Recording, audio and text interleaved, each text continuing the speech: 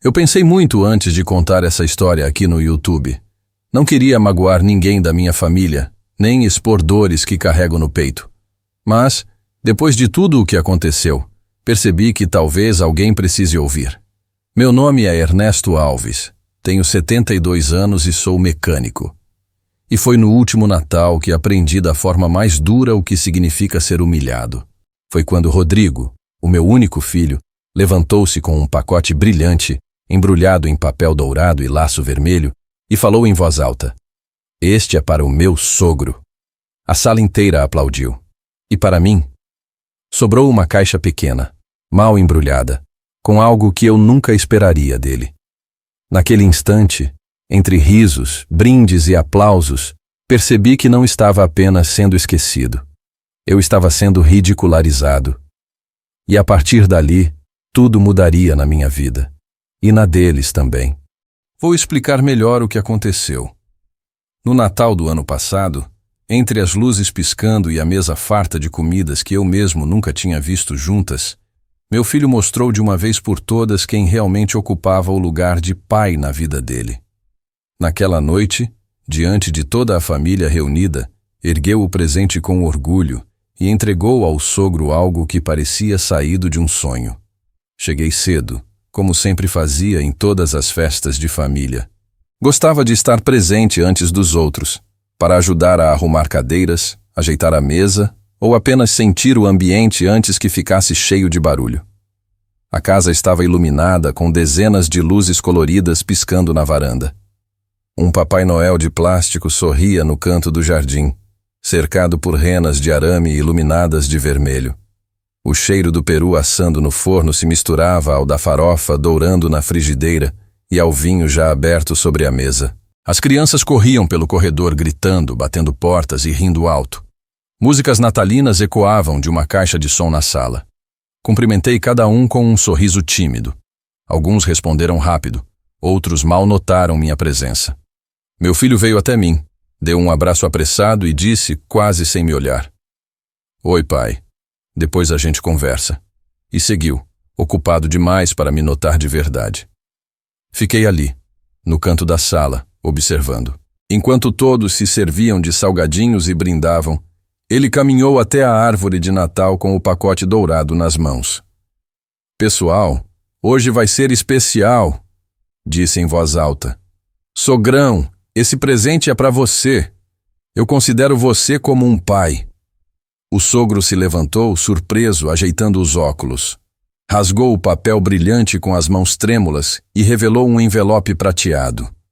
Dentro, passagens internacionais, hotel 5 estrelas, tudo incluído. A sala inteira explodiu em aplausos. Alguém chegou a chorar de emoção. Meu filho foi erguido como o herói da noite, cercado de abraços e elogios.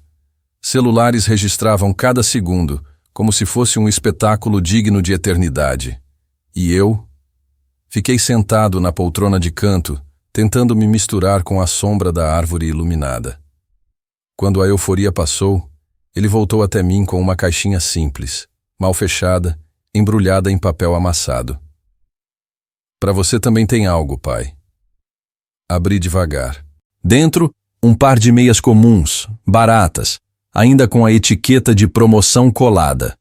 Ele riu e completou alto o bastante para que outros ouvissem. "Assim o senhor esquenta os pés enquanto trabalha na oficina." Alguns sorriram sem graça. Outros desviaram o olhar, fingindo não ter ouvido.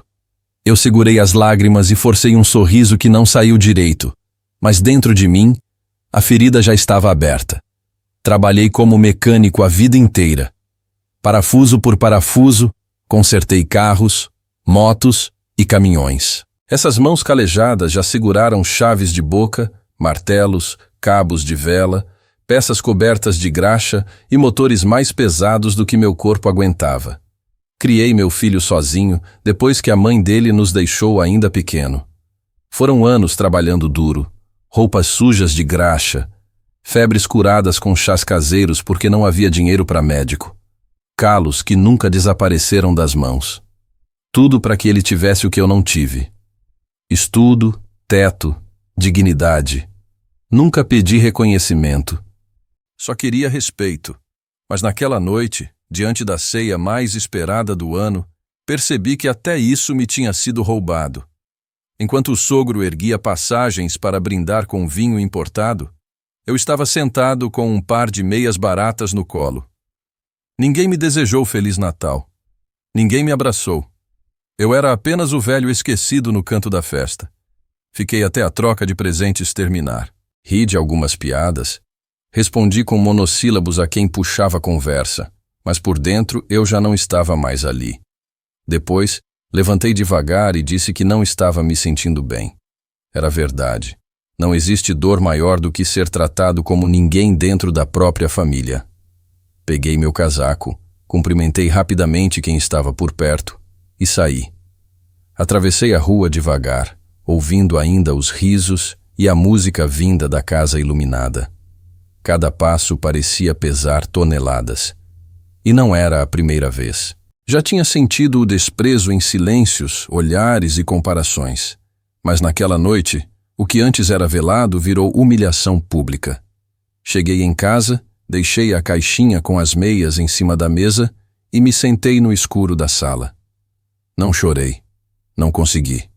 O silêncio parecia mais pesado do que qualquer lágrima. Olhei em volta. A árvore improvisada, feita de galhos secos que eu mesmo cortei e decorei com algumas luzes antigas. A televisão desligada, o cheiro de mofo da goteira no teto. Tudo parecia triste, pequeno, vazio. Na manhã seguinte, acordei antes do sol nascer. Não foi o relógio que me chamou. Foi a lembrança da noite anterior. A cena rodava na minha mente como um disco riscado. A sala em festa, a viagem luxuosa, as meias baratas no meu colo. Levantei devagar, preparei o café e enchi minha velha caneca esmaltada, já lascada na borda. O vapor subia, aquecia o rosto, mas não alcançava o coração. A cozinha estava fria e silenciosa, e aquele silêncio parecia mais pesado que qualquer barulho. Ali, tomei a decisão mais difícil e mais simples da minha vida. Eu não ia pedir explicações, não por orgulho, mas porque explicações não curam desrespeito.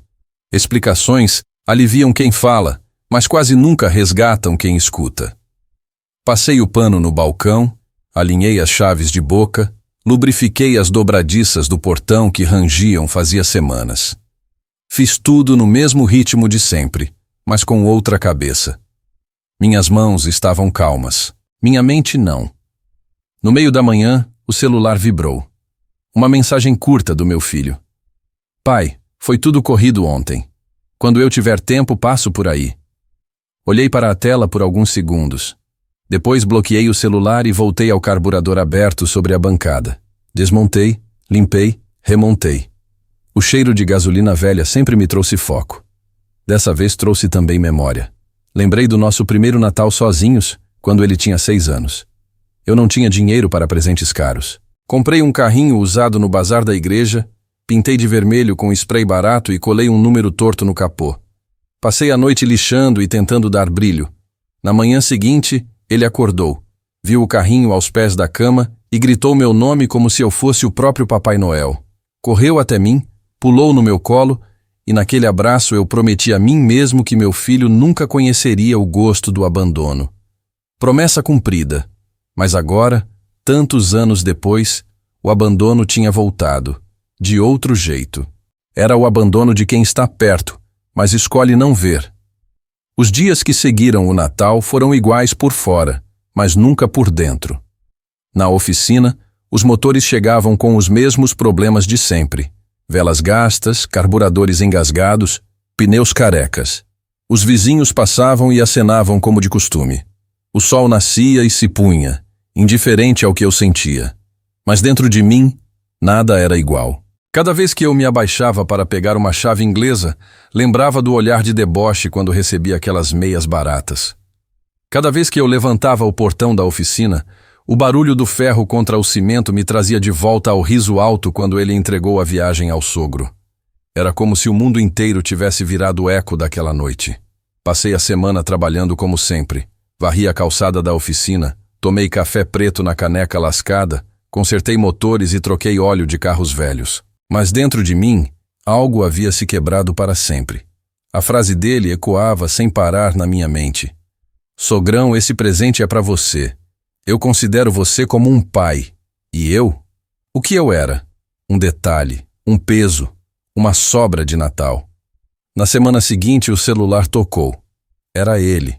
Olhei para a tela, mas não atendi. Coloquei o aparelho de lado e voltei ao motor desmontado. Passei o pano em cada peça como se estivesse limpando mágoas antigas. Horas depois, Rodrigo apareceu. Entrou devagar, tentando parecer casual. E aí, pai? Tá ocupado? Levantei o rosto, enxuguei a graxa da mão e respondi com calma. Sempre ocupado. Mas pode falar. Ele ficou em silêncio por alguns segundos, mexendo nas chaves de boca como fazia quando criança. Mas agora não havia inocência no gesto. Havia peso. Culpa. Ele percebeu que eu estava magoado e tentou se explicar. Sobre o Natal, foi tudo corrido. Eu quis fazer algo especial para o sogro, sabe? Ele é um homem muito rico, não podia dar qualquer coisa para ele. Quis fazer uma surpresa. Mas saiba que eu mesmo escolhi o seu presente e que foi comprado com muito carinho. Deixei ele falar. Quando fez silêncio, apenas respondi. Surpresas são boas, mas só quando não viram humilhação para outra pessoa. Ele não respondeu. Baixou os olhos, fingiu mexer no celular e logo foi embora. Naquela noite, deitei e fiquei olhando para o teto. Minha mente me levou de volta para quando ele tinha 10 anos. Era inverno, a chuva caía sem parar. Eu chegava em casa encharcado, bolsos vazios, coração cheio de medo de não conseguir sustentar. Ele vinha correndo, trazia um prato com arroz e feijão e dizia: Pai, come primeiro, depois eu como. Eu sorria, dividia com ele e prometia em silêncio que um dia ele teria mais do que aquilo. Promessa cumprida.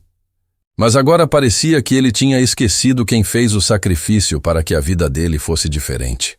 2 dias depois, fui até o quarto e abri a velha cômoda. A gaveta de baixo emperrava como sempre.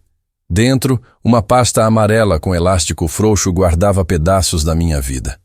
Ali estavam carnês antigos quitados com suor, recibos de ferramentas, papéis de contas atrasadas que consegui pagar com muito custo. E no meio deles, um envelope pardo com uma etiqueta quase apagada, onde estava escrito Contrato de aluguel. Segurei o papel com as mãos trêmulas. O coração apertou. A visão ficou turva por um instante, e junto vieram lembranças que eu não queria. Voltei no tempo, quando o galpão ainda cheirava a cimento fresco. Eu o havia comprado com muito esforço, pago com noites viradas na oficina, horas extras e finais de semana sacrificados. Meu plano era simples: alugá-lo e garantir, com a renda, uma aposentadoria tranquila, sem depender de ninguém. Mas quando vi Rodrigo e Marina atolados, tentando expandir o pequeno negócio que já não cabia mais na sala de casa, meu coração falou mais alto que a razão. Ofereci alugar o galpão pela metade do valor de mercado. E ainda dei 1 ano inteiro de isenção, para que pudessem começar sem peso. Na época, achei que estava investindo no futuro deles. Hoje, com o contrato amarelado nas mãos, percebo que talvez tenha confundido amor com abrir mão de mim mesmo. Lembrei também do esforço que fiz para deixar o galpão pronto para eles. Passei dias lixando paredes, pintando de branco, trocando o forro podre. Instalei tomadas novas, puxei fiação, ajeitei a porta que não fechava direito. Cada martelada era uma declaração silenciosa. É por vocês. Eu dei tudo de mim e recebi um par de meias baratas. Fechei os olhos, respirei fundo e disse a mim mesmo: chega. Não ia gritar, não ia implorar, mas também não ia mais permitir que rissem da minha dignidade. Peguei o contrato, coloquei dentro da pasta e decidi. Era hora de colocar tudo em ordem. Sem raiva, sem espetáculo, apenas em ordem. No dia seguinte vesti minha melhor camisa, engomada, guardada para ocasiões especiais, e caminhei até o escritório do Adalberto, meu contador há décadas. Ele me recebeu com um sorriso e café forte. O que manda, Ernesto? Olhei firme e respondi. Quero regularizar tudo. IPTU, alvará, contratos. Preciso que cada papel esteja em ordem. Ele me encarou por cima dos óculos. Aconteceu alguma coisa? Respirei fundo antes de responder. Aconteceu o que sempre acontece quando confundimos bondade com falta de limites. Ele não perguntou mais nada. Apenas fez anotações e me entregou uma lista de providências. Saí de lá mais leve. Pela primeira vez em anos, senti que estava retomando as rédeas da minha própria vida. Na sexta-feira, sentei diante do Dr. Raul, advogado de barba branca e fala calma. Expliquei a situação, cada detalhe. O galpão, os anos de aluguel não pagos, a humilhação que vinha se acumulando. Ele ouviu em silêncio e no final perguntou: "E o que o senhor quer exatamente?" Olhei nos olhos dele e respondi com firmeza: "Quero dar duas opções claras. Ou eles pagam todos os anos de aluguel atrasado com juros e multa, ou desocupam em 60 dias. Sem barulho, sem escândalo." Ele me olhou sereno, sem julgamentos, como quem entendia a minha atitude, e disse: "Isso costuma dar certo. Vou mandar a notificação para eles." E completou: "O silêncio com documentos é mais pesado do que o grito." Aquela frase ficou marcada em mim como tatuagem. O silêncio com documentos é mais pesado do que o grito. Naquela semana, a pasta continuou sobre a mesa. Não por descuido, mas porque eu queria ver, todos os dias, que pela primeira vez em anos eu havia estabelecido um limite. Cada vez que meus olhos cruzavam aquele envelope, eu lembrava: dignidade também se escreve em papel. 2 dias depois, recebi a visita do meu filho. Ele entrou na oficina devagar, sem o ar de superioridade de sempre. Olhou para as prateleiras, mexeu numa chave de boca como fazia quando criança e por fim falou: "Pai, a Marina disse que a gente tem 60 dias para pagar os aluguéis ou desocupar o galpão." Levantei os olhos e respondi apenas: "Isso mesmo." Ele respirou fundo, tentando encontrar coragem. 60 dias é pouco. A gente investiu naquele galpão. Tem estoque, tem funcionário. Cruzei os braços, encarei-o firme e respondi: "E eu investi uma vida inteira em você. O galpão é só tijolo. O respeito é que vale mais." Ele engoliu seco. Abaixou a cabeça como um menino repreendido e saiu sem dizer mais nada. No sábado seguinte, foi a vez da Marina aparecer. Chegou sozinha, óculos escuros no rosto e a pressa de quem não queria ser vista. "Seu Ernesto, posso falar um instante?" Concordei com a cabeça. Ela tirou um envelope da bolsa e colocou sobre a bancada. "Nós estamos dispostos a sair, mas queria pedir mais prazo." Olhei firme para ela e respondi: "Prazo não muda caráter. O contrato já tem a flexibilidade que precisa." Ela tentou sorrir, nervosa. "O senhor sabe que eu nunca quis desrespeitar." Segurei o papel com a mão firme e falei: "Respeito não se explica, se demonstra. Paguem o atrasado ou desocupem." O silêncio ficou pesado. Naquele instante, não vi apenas uma nora nervosa diante de mim. Vi anos de desprezo disfarçado. Lembrei dos olhares de cima a baixo, das vezes em que me tratou como peso morto, das palavras cortantes ditas na frente de outros para me diminuir. Para ela, eu nunca fui sogro. Eu era o velho inconveniente, o mecânico de mãos sujas que não merecia respeito. E ali, mais uma vez, ela tentava se fazer de vítima, como se toda a humilhação que me deu ao longo dos anos não tivesse existido. Depois de alguns segundos, ela respirou fundo e disse: "Vamos sair." Naquela noite, sentei na varanda com uma caneca de café preto. O vento balançava os galhos da mangueira e o silêncio da rua parecia falar mais do que 1000 vozes. Peguei meu caderno preto e escrevi: "Eles pensam que estão cumprindo um contrato. Mas o que realmente aconteceu foi que eu estou cumprindo o fim do meu silêncio." Fechei o caderno e senti um peso sair do peito. Não era vingança. Era apenas justiça tardia. Enquanto olhava para a rua deserta, minha mente voltou para um dia distante. Rodrigo tinha 15 anos e chegou em casa pedindo dinheiro para um tênis caro. Eu não tinha condições, mas prometi arrumar. Trabalhei noites extras, troquei favores, consertei carros de graça em troca de peças. Depois de um mês, entreguei o tênis em suas mãos. Ele calçou, sorriu e disse: "Obrigado, pai. Agora ninguém vai rir de mim na escola." Naquele dia, senti que cada gota de suor tinha valido a pena. Mas hoje, lembrando dessa cena, percebi que talvez eu tivesse ensinado errado. Talvez ele tenha achado que amor se mede em coisas caras e que quando não há luxo, não há valor. Na semana seguinte, fui ao mercado do bairro. Enquanto escolhia arroz, um conhecido se aproximou e comentou: "Seu Ernesto, fiquei sabendo que a loja da sua nora não anda bem.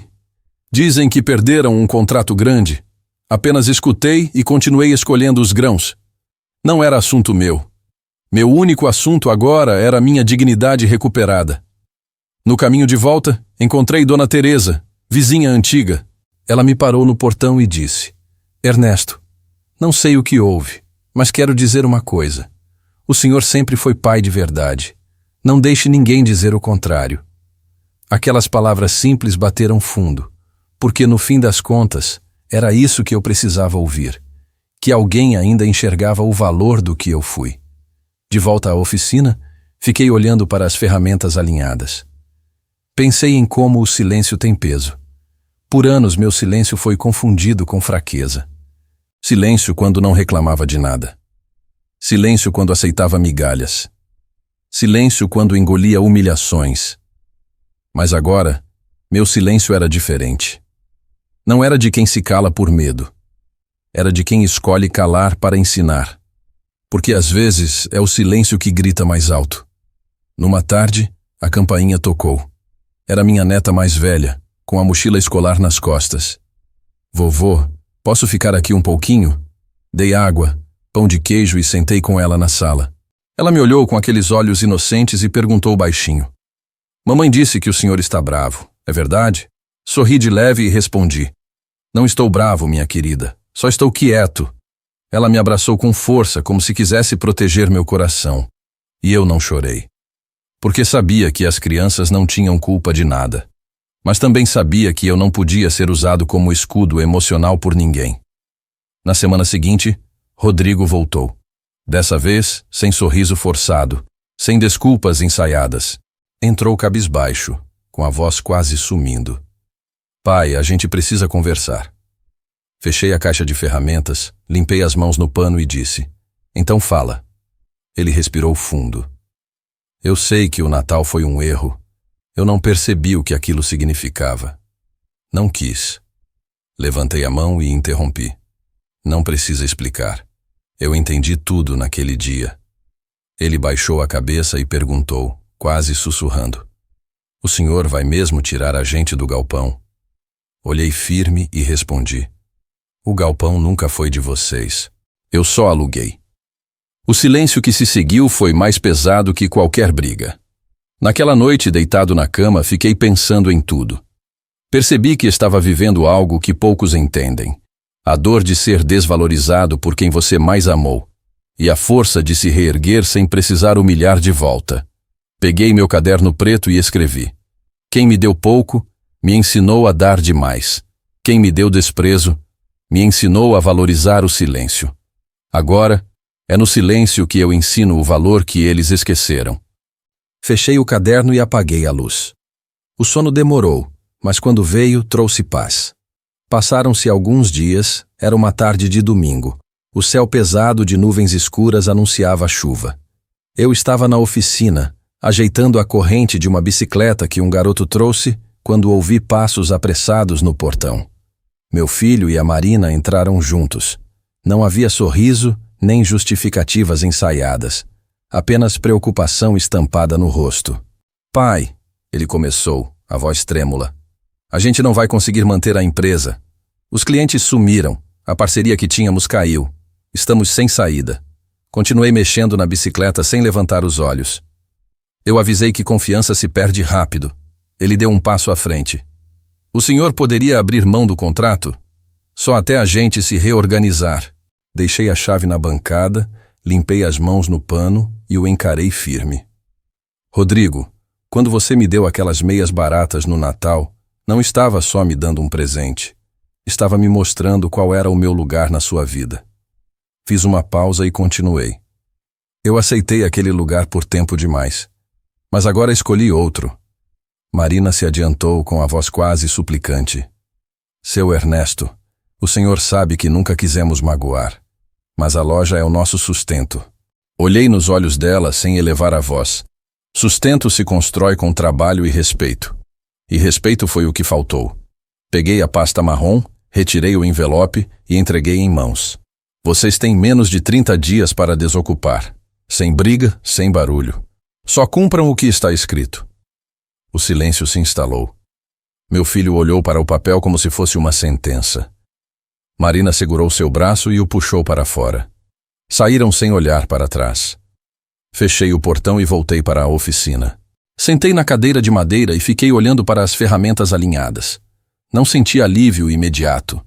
Senti um vazio, como se tivesse arrancado uma parte de mim mesmo. Peguei o caderno e escrevi. O amor nunca acaba de repente. Ele se desgasta, fio por fio, até que um dia se rompe. Hoje o meu fio se rompeu. Fechei o caderno com as mãos firmes. Minha mente voltou a outro tempo. O dia em que Rodrigo se formou na faculdade. Eu estava de terno barato, o mesmo que usei em casamentos e velórios. Sentei na última fileira, porque achei que não combinava estar na frente. Quando chamaram o nome dele, bati palmas até doer as mãos. Ele recebeu o diploma, ergueu-o com orgulho e eu pensei, valeu a pena cada calo, cada noite sem jantar. Mas naquela noite, ele não me procurou para uma foto. As fotos foram todas com a família da Marina. Eu fiquei de lado, invisível, como tantas outras vezes. Os dias seguintes trouxeram notícias rápidas. Clientes reclamando na porta do galpão. Fornecedores cobrando dívidas atrasadas. As redes sociais da loja ficaram em silêncio. No mercado, ouvi comentários sussurrados. Parece que a loja da nora do Ernesto fechou. Dizem que perderam tudo. Cada frase vinha como faca. Eu não comemorava. Não havia vitória. Era apenas consequência. Uma semana antes do prazo terminar, ele voltou. Estava abatido, barba por fazer, roupas amassadas. Entrou sem pedir licença e sentou na cadeira da oficina. Pai, eu não sei mais o que fazer. Trabalhar? Respondi seco. Ele olhou com ar de reprovação para mim. Mas a gente vai ter que sair. Não temos para onde ir. Respirei fundo. O contrato não é castigo, Rodrigo. É proteção. Proteção para mim, que cansei de ser invisível. E proteção para você, que precisa aprender a valorizar antes que seja tarde. Ele abaixou a cabeça e chorou em silêncio. Era a primeira vez que eu via meu filho adulto chorar diante de mim. E mesmo assim, não conseguia abraçá-lo. Porque abraço sem mudança vira apenas consolo vazio. Naquela noite não consegui dormir. Levantei, fui até a cozinha e sentei com uma xícara de café frio. Olhei para o contrato dobrado e pensei, quantas vezes o silêncio do pai é confundido com fraqueza? Quantas vezes a bondade é lida como obrigação? Até o dia em que o silêncio se levanta com a força de um documento. Fechei os olhos e senti uma lágrima cair. Não de raiva, mas de despedida. Alguns dias depois, o galpão estava vazio. As prateleiras nuas, o chão marcado de arranhões, as paredes manchadas. Entrei, passei a mão na poeira e fechei a porta devagar. Não houve grito, não houve cena, só silêncio. E naquele silêncio, eu recuperei o que tinha perdido, meu próprio valor. 1 ano depois, era véspera de Natal outra vez. A ceia foi simples. Frango assado, arroz soltinho, farofa e 2 taças de vinho barato. Na mesa, estavam apenas eu, minha neta e o rapaz que agora me ajudava na oficina. 3 pessoas, poucas palavras, mas muita verdade. Minha neta me entregou um embrulho pequeno. Fiz na escola, vovô. É um porta-retrato com a nossa foto. Abri devagar. Era uma foto nossa. Eu de macacão, ela de uniforme, ambos sorrindo. Sorri de volta, sem esforço. Esse é o melhor presente que já ganhei. Na vida, não é o preço do presente que mede o valor do amor. É o cuidado em cada gesto. Um carro de luxo, uma viagem internacional, um relógio caro, não significam nada quando vêm acompanhados de desprezo. Mas um porta-retrato simples, feito com carinho, pode carregar mais valor do que qualquer fortuna. Aprendi tarde, mas aprendi. Dignidade não se negocia. Ela se guarda, ela se protege. E quando necessário, se reconquista, mesmo que doa. E para terminar, eu quero agradecer ao canal Histórias Marcantes por me dar essa oportunidade de falar para vocês. Peço que se inscreva no canal, pois certamente eu voltarei aqui para contar outras histórias que vivi e que preciso que vocês conheçam. Obrigado por me ouvir.